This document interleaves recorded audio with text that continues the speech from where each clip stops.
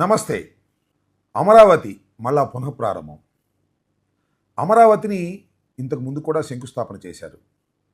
అప్పటి ప్రధాని, ఇప్పటి ప్రధానే మోడీ గారు ప్రత్యేకంగా వచ్చి 9 సంవత్సరాల క్రితం చంద్రబాబు నాయుడు గారు ముఖ్యమంత్రిగా ఉన్నప్పుడు విజయదశమి రోజున చాలా పెద్ద ఆర్భాటంగా అమరావతికి శంకుస్థాపన చేశారు. ఆ రోజు మోడీ గారితో పాటు చాలామంది ప్రముఖులు ఈ కార్యక్రమంలో పాల్గొన్నారు. పక్క రాష్ట్రాన్ని ఉన్నటువంటి కేసీఆర్ గారు, అప్పటి గవర్నర్గా ఉన్న రోసే గారు, నరసింహం గారు, అదేవిధంగా నిర్మలా సీతారాం గారు, వెంకయ్యనాయుడు గారు, అనేక మంది ప్రముఖులు చాలా ఆర్భాటంగా అమరావతి రాజధానికి శంకుస్థాపన చేశారు. ఆ తర్వాత 4 సంవత్సరాల పాటు చంద్రబాబు నాయుడు గారు పరిపాలనలో అమరావతిని శరవేగంగా అభివృద్ధి చేస్తున్నాము అని చెప్పి టకటక అభివృద్ధి చేశారు. సుమారుగా 5,000 కోట్ల పైచిలకు ఖర్చు పెట్టారు. 2,500 కోట్లు విభజిత ఆంధ్రప్రదేశ్కి కేంద్ర ప్రభుత్వం రాజధాని కోసం ఇస్తానన్న డబ్బు ఇచ్చింది. దానితో పాటు కొంత వేసుకొని మొత్తం 5,000 పైచిలకు కోట్లు ఖర్చు పెట్టి ఏం సాధించారో మరి తర్వాత ఆయన ఓడిపోయే సమయానికి ఎవరికి అర్థం కాల. ఒక తాత్కాలికమైనటువంటి శాసనసభ, ఒక తాత్కాలికమైనటువంటి సెక్రటేరియట్, ఒక తాత్కాలికమైనటువంటి హైకోర్టు, ఆల్మోస్ట్ అన్నీ తాత్కాలికంగానే నిర్మించారు.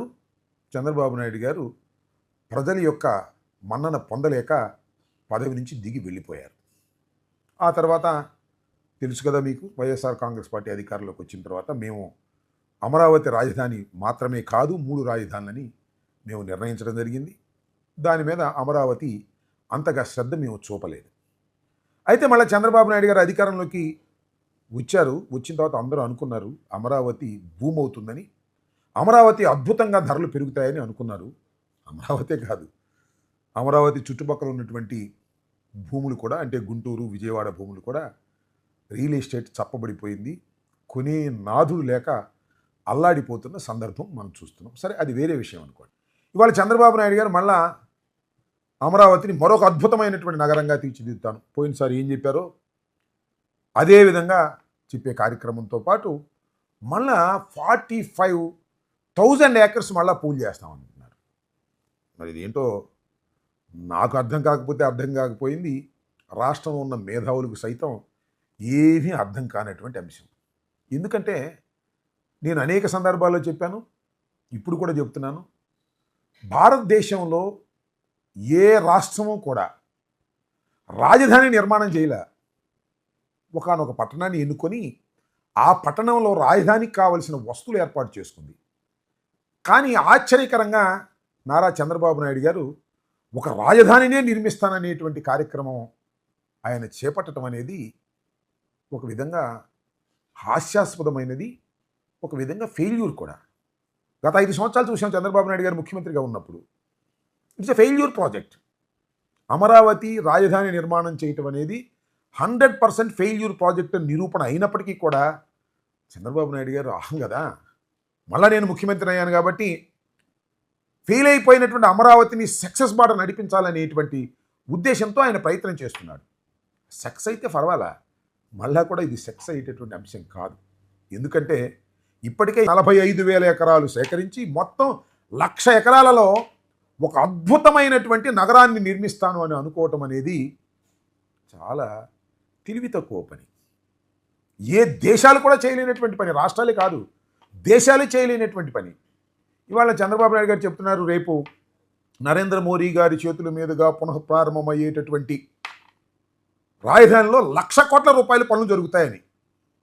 ఏంటో నాకు అర్థం కాల. 1,00,000 కోట్లు ఖర్చు పెట్టి ఒక నగరాన్ని నిర్మించవలసినటువంటి పరిస్థితుల్లో ఆంధ్రప్రదేశ్ ఉన్నదా లేదనేది ఎవరైనా చెప్తారు. కాకపోతే చంద్రబాబు నాయుడు గారు నన్ను ఫెయిల్యూర్ అంటున్నారు కదా, అమరావతి ఫెయిల్యూర్ అని అంటున్నారు కదా, దాన్ని ఏదో ఒక విధంగా సక్సెస్ చేసి చూపిద్దామనే తాపత్రయం తప్ప మరొకటి కాదనే విషయాన్ని ఇక్కడ రాష్ట్ర ప్రజానీకం, మేధావులు గమనించవలసినటువంటి అవసరం ఉందని ఈ సందర్భంగా నేను చెప్పదలుచుకున్నాను. ఇవాళ చంద్రబాబు నాయుడు గారు 66,000 కోట్ల రూపాయలు సేకరించాలనుకుంటున్నారు కేవలం రాజధానికే నిర్మాణానికి. మీకు పోలవరం టోటల్గా పూర్తయితే ఎంతో తెలుసా? 55,000 కోట్లు. పోలవరం లాంటి ఒక అద్భుతమైన ప్రాజెక్టు. దాన్ని నిర్మించడానికి కేంద్ర ప్రభుత్వం ఇవ్వవలసిన డబ్బు 55,000 కోట్ల రూపాయలు. అది కూడా మొత్తం పూర్తయితే. కానీ చంద్రబాబు నాయుడు గారు ఇప్పుడు మొత్తం పూర్తి చేసే పరిస్థితిలో లేరు.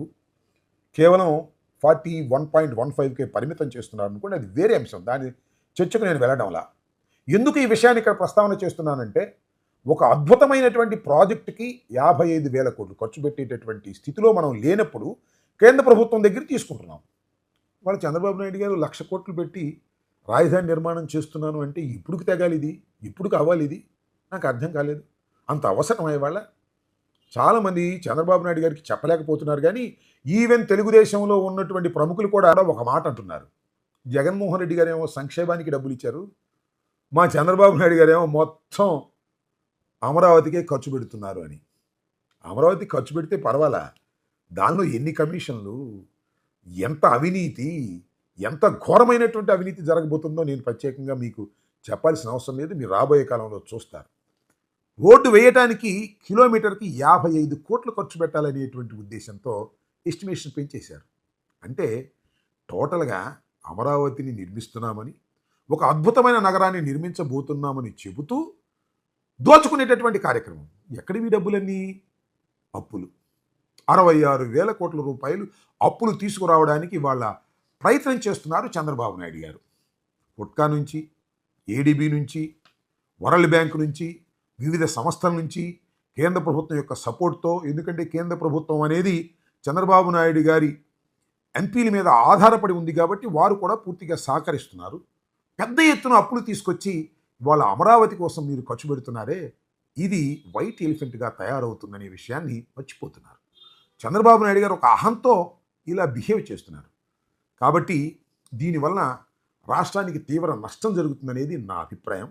మీరు రాబోయే కాలంలో కూడా చూశారు కదా చంద్రబాబు నాయుడు గారు, ఇది ఫెయిల్యూర్ ప్రాజెక్ట్ కాదు, ఇది సాధ్యమైన త్వరలోనే నిర్మిస్తామనే నమ్మకం కలిగించడం కోసం ఆయన పడుతున్నటువంటి తాపత్రయం ఇంత అంతా కాదు. దానికి ప్రధానమైనటువంటిది ఒకటి చెప్తాను. చంద్రబాబు నాయుడు గారు 5 ఎకరాలు 6 ఎకరాల భూమి తీసుకున్నారట. అక్కడ ఇల్లు నిర్మాణానికి కూడా శంకుస్థాపన చేశారట. పోయినసారి చేయలే, ఇప్పుడు చేశారు. కారణం ఏంటంటే చుట్టుపక్కల ఉన్న వాళ్ళని నమ్మించడానికి, అమరావతి అభివృద్ధి చెందుతుంది, నేను కూడా ఇల్లు కట్టుకుంటున్నాను అనేటువంటి భావన కలిగించడానికి. అంటే ఎవరికి కాన్ఫిడెన్స్ లేదు అమరావతి పూర్తి అవుతుందని, అమరావతి సక్సెస్ అవుతుందని. అంతేకాదు, ఇంకొక మాట కూడా నేను చంద్రబాబు నాయుడు గారి నోటి వెంట వచ్చిన మాట చెప్తాను. పార్లమెంటులో అమరావతి రాజధాని అనేటువంటిది ఒక రెజల్యూషన్ కూడా పాస్ చేయించుతాము అని. అంటే చంద్రబాబు నాయుడు గారు మీరు దిగిపోయిన తర్వాత మళ్ళీ అమరావతి కాదంటే అనేటువంటి పరిస్థితుల్లోకి వాళ్ళు వచ్చారంటే చంద్రబాబు నాయుడు గారు అమరావతి పూర్తయ్యేదాకా ఉండరేమోననేటువంటి అభిప్రాయంలో కూడా చాలామంది ఉన్నారు. నేను ఒక మాట చెప్తానండి. ఇవాళ అమరావతి అద్భుతమైన నగరం అంటున్నారు కదా, మరి వర్షా లాంటి వాళ్ళు వైజాగ్ ఎందుకు వెళ్తున్నారు? అమరావతి తీసుకురావచ్చు కదా.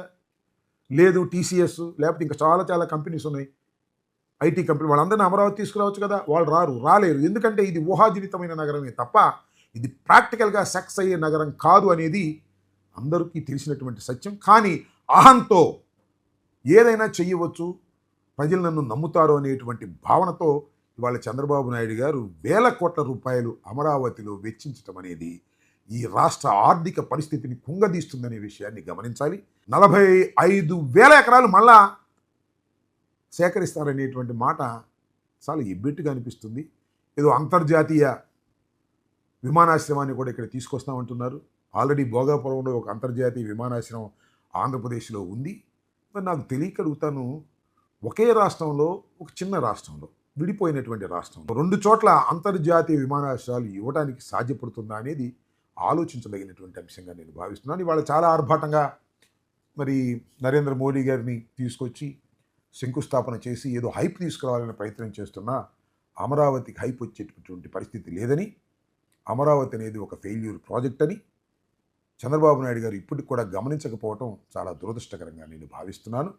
మళ్ళీ 4 సంవత్సరాల తర్వాత మీరే చూస్తారు కదా, అమరావతి ఏమి ఉండదు, అన్ని డబ్బులుగా చేయటం తప్ప అమరావతి ఒక సుందర నగరంగా తీర్చిదిద్దడానికి సాధ్యపడేటువంటి పరిస్థితులు అక్కడ లేవనే విషయాన్ని గుర్తించాలని ఈ సందర్భంగా నేను మనవి చేస్తున్నాను.